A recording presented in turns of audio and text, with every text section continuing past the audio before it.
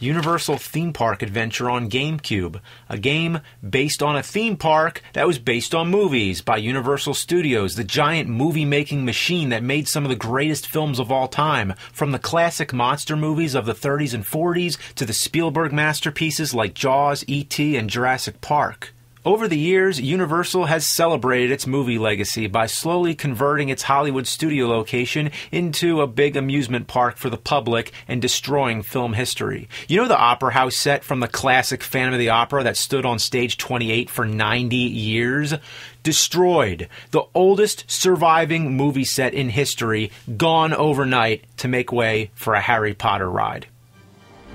But, hey, Universal Theme Park was still a lot of fun. You go in the Back to the Future DeLorean, and then there's volcanoes and shit, and then you're riding the bike with E.T., and then the truck comes and almost hits you, and then you're on the waterfall, and then the T-Rex comes out, and then fucking Jaws is jumping out of the water, and King Kong shaking the tram, and then there's the earthquakes, and then those other movies that you don't even know what the fuck they are, nobody cares.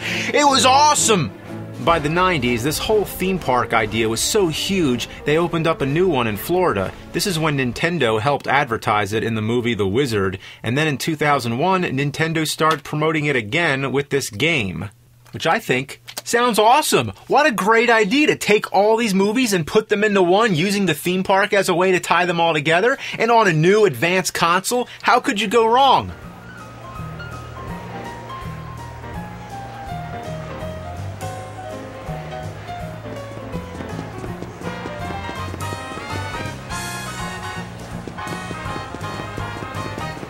What the fuck is this shit?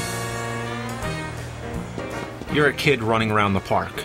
While the graphics are fine and definitely seem to represent the basic idea of what a Universal theme park looks like, the camera angles are a problem. First of all, it never moves. You know how in most other three-dimensional games like Super Mario 64, which came out years before, the camera follows the character around.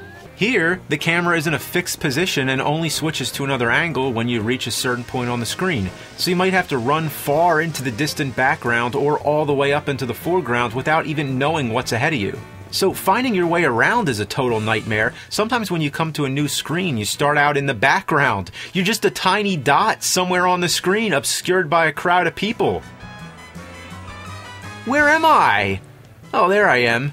It's like a game of Where's Waldo. Now let's get on some rides. What's this? There's a line? Yes, at theme parks you have to wait in lines, but why'd they include that in the game? Could they have left that out? But this is even worse than real life because Woody Woodpecker won't even let you get in the line, even though there's less than 10 people. Could you imagine going to Universal and the lines are that short? That would be your lucky day. That would be like a 2-minute wait. But no, Woody's gotta send you away. Like, go away, asshole. Fuck you, you Woody Bunny fucking Pecker piece of shit. You know what you have to do to get in the line? You would never believe this. You have to pick up trash and put them in trash cans.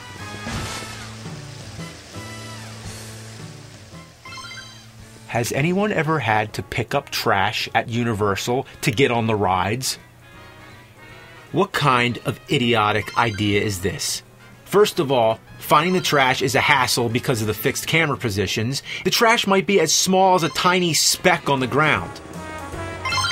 Then finding the trash cans you'd think would be easy, but they're rare to come by. If a real Universal theme park had as few trash cans as in this game, then they actually would have this much garbage lying around. The worst thing of all, whenever you pick up a piece of trash, it's only 10 points. But to get on a single ride, you might need more than 2,000 points. So you're gonna have to pick up a lot of trash. I want to see Jaws, Jurassic Park. You have access to all these major franchises, but instead they just send the gamer around collecting trash? What were they thinking? They should have called the game Universal Theme Park Janitor.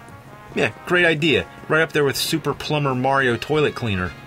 This kid isn't even an employee of the park. Why would he have to pick up all this trash? Poor kid. Imagine all the stuff he has to handle. Fries that have been stepped in, wrappers that are covered in ants, paper bags that are filled with vomited cotton candy. Ugh. Maybe he didn't buy a ticket or something. Maybe the park has a special deal with him like, okay kid, we'll let you on the rides for free, but you gotta help us clean up all this trash. You can also get points from shaking hands with costumed characters like Creature from the Black Lagoon and E.T. Dude, I fucking shook hands with E.T. I mean, come on. So you get all this trash, throw them in the trash can, get enough points, and then guess what? You still can't get on the rides, because you have to cash the points in at the store and buy a fucking hat. Remember that time you went to Universal? They wouldn't let you on the rides unless you wear a stupid fucking hat. And each ride has its own special hat. How do all those other people get in the line? I don't see them wearing hats.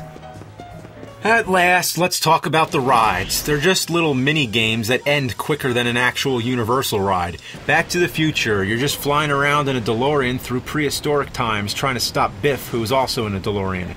Jaws, you're on a boat trying to throw things at the shark. Surprisingly, the camera actually moves, but you still have no control over it. It takes forever to aim, and the shark moves way faster than you, so chances of hitting it are slim. You have as much luck trying to time jerking off onto a passing car. Believe it or not, this game actually makes the NES version of Jaws seem excellent. Jurassic Park, this is just a simple rail shooter.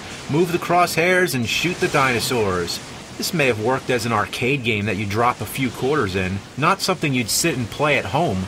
Like an arcade game, it's over just as fast, although much more expensive than 75 cents. E.T., yes, the dreaded E.T., made almost 20 years after the so-called worst game of all time on the Atari 2600. But would you believe, I shit you not, this version is far worse. The control is so bad, all you do is fall, fall, and fall. I can't figure out these controls, it makes me look like an idiot, but I swear, I'm really trying. Imagine playing Excitebike blindfolded, with the controller upside down coated in rubber cement while seated on a wild bull. And just when you start to get the hang of it, the game ends. Waterworld. Gotta include Waterworld whenever you're talking about great Universal classics. This one isn't even a game at all. It's just a virtual recreation of the Waterworld stunt show attraction at Universal Hollywood, which is a great stunt show, far better than the actual movie. So, for those of you who didn't get to see it live, here you can witness the finale when they crash the plane into the water, splashing the front rows to an ecstatic, screaming crowd of nobody. Must be a slow day at Universal. Then there's Backdraft, which is surprisingly the longest of all the games and probably the best, or should I say the least worst.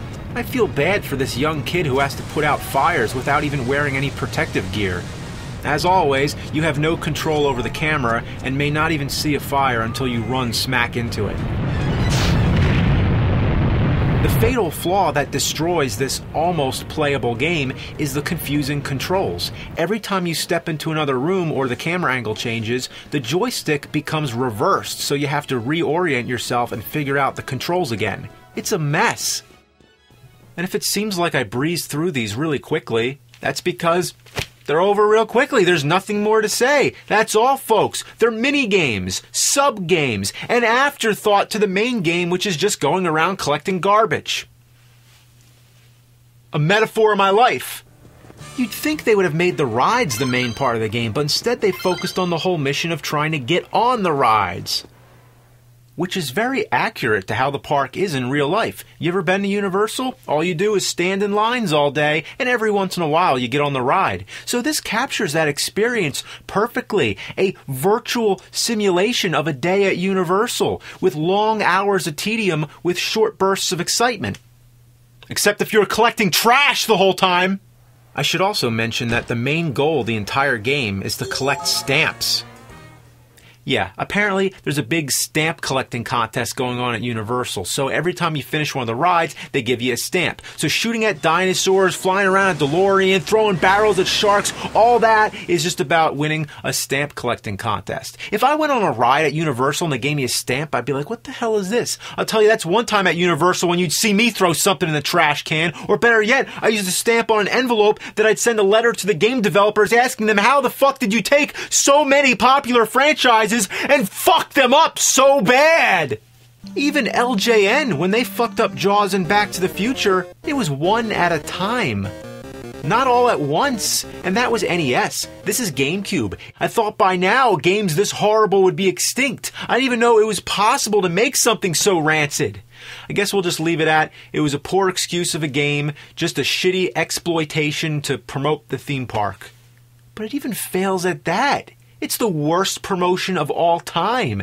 Have you ever seen the Universal theme park TV commercials? They were never like, visit Universal Studios theme park, experience the thrill, ride the movies, pick up fucking trash, the only theme park on earth where you get to clean up after everybody else. Nothing gets you closer to the movies than wearing funny hats and collecting stamps. Book your trip now. But seriously, the park's dirty. We need someone to clean it. Well, only one more present left. You want to take a peek? Yeah, let's take a peek.